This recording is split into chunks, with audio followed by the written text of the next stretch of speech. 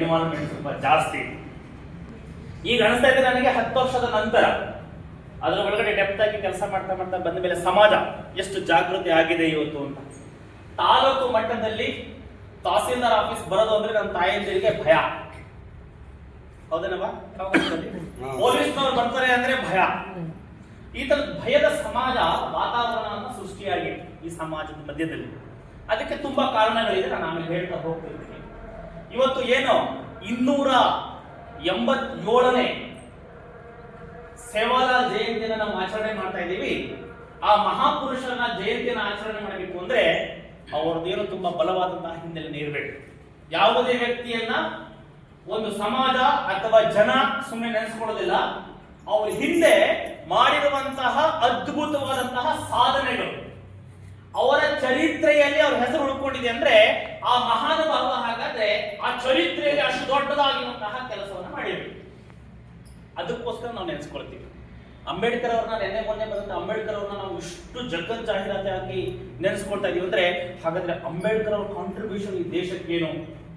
ಬರೀ ದೇಶಕ್ಕಷ್ಟೇ ಅಲ್ಲ, ಇಡೀ ಜಗತ್ತಿಗೆ ಅಂಬೇಡ್ಕರ್ ಅವರ ಕಾಂಟ್ರಿಬ್ಯೂಷನ್ ಏನು? ಸುಮ್ಮನೆ ನಾವು ಬಾಬಾ ಸಾಹೇಬ್ ನೆನೆಸ್ಕೊಳ್ಳೋದಿಲ್ಲ. ಅವ್ರು ಮಾಡಿರುವಂತಹ ಕೆಲಸಗಳು, ಅವರು ತೋರಿಸ್ಕೊಟ್ಟಂತಹ ದಾರಿಗಳು, ಒಬ್ಬ ಮನುಷ್ಯ ಜೀವಿಗೆ ಹೇಗಿರ್ಬೇಕು ಅನ್ನುವಂತಹ ರೂಪರೇಷೆಯನ್ನು ಕೊಟ್ಟಂತಹ ವ್ಯಕ್ತಿ ಅವರು.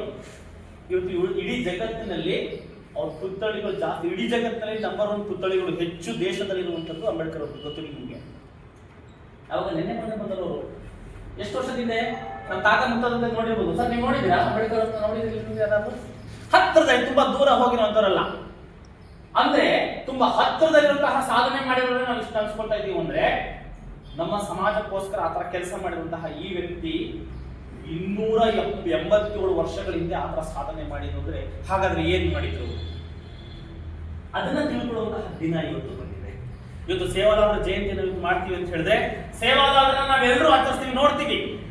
ನಮ್ಮ ತಾಯಂದಿರವರೆಲ್ಲ ಇವತ್ತು ಹಾಡಲ್ಲಿ ಹೇಳ್ತಿದ್ರಿ ಇಲ್ಲಿ ಸೇವಾಭಾಯ ಅಂದ್ರೆ ಏನು, ಮರಿಯಮ್ಮ ಅಂದ್ರೆ ಏನು ಅಂತ ನಂಗೆಲ್ಲ ಗೊತ್ತಿರ್ಲಿಲ್ಲ.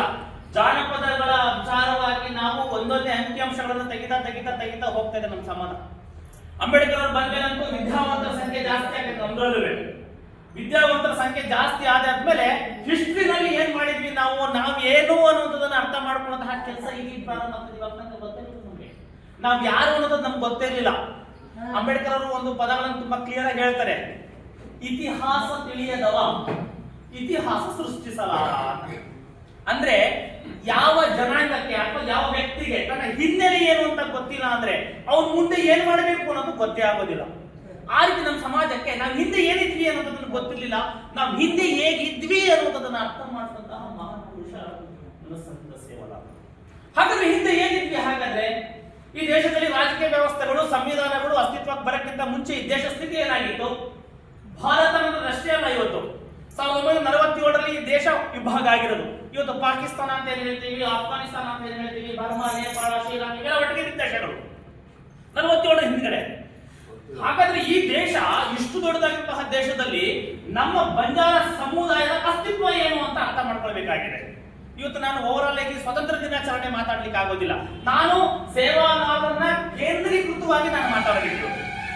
ಸೊ ಹಾಗಾದ್ರೆ ಆ 47ಕ್ಕಿಂತ ಹಿಂದೆ ಇದ್ದಂತಹ ಸೇವಾಲಾಲ್ ಸಂತತಿಯಂತಹ ಜನಾಂಗದವರು ಇವರು ಬಂಜಾರ ಸಮುದಾಯದವರು. ಹಾಗಾದ್ರೆ ಯಾರಿವರು?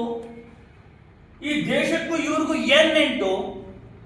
ಇವರು ಪೊಲೀಸ್ ಸ್ಟೇಷನ್ ಬರಕ್ಕೆ, ತಹಸೀಲ್ದಾರ್ ಆಫೀಸ್ ಬರಕ್ಕೆ ಯಾಕೆ ಹೆದರ್ತಾರೆ?